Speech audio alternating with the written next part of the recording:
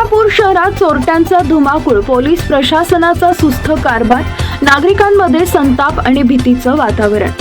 मूर्तिजापूर शहरात तसेच आठवडी बाजारामध्ये मोबाईल चोरांचा अड्डा बनलाय।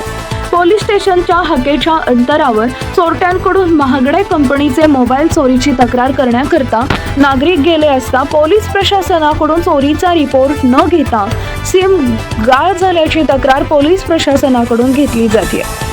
चोरीची तक्रार न घेण्यामागचा पोलीस प्रशासनाचा हेतू काय असा आरोप चोरीस गेलेल्या मोबाईल तक्रारकर यांचे नाव न टाकण्याच्या अटीवर ही माहिती प्रसार माध्यमांना दिली।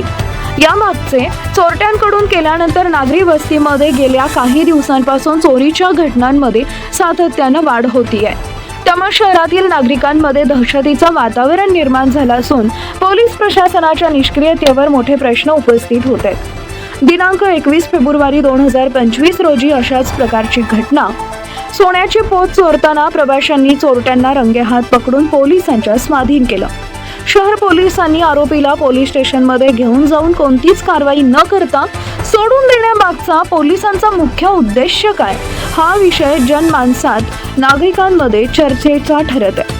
बस स्टँड परिसरात घडलेली एक धक्कादायक घटना म्हणजे भाजपाचे उपाध्यक्ष राम मोहनलाल जोशी यांच्या आई पुष्पा मोहनलाल जोशी यांच्या गळ्यातील 2 तोळ्याची सोन्याची चेन चोरीला गेली।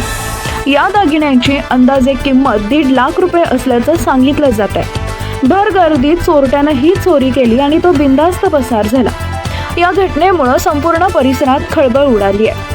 अशाच महत्त्वाच्या बातम्यांसाठी महाराष्ट्र न्यूज मराठीला सबस्क्राईब करा आणि ही बातमी जास्तीत जास्त लोकांपर्यंत पोहोचवा। प्रतिनिधी मोहम्मद शब्बीर, महाराष्ट्र न्यूज मराठी।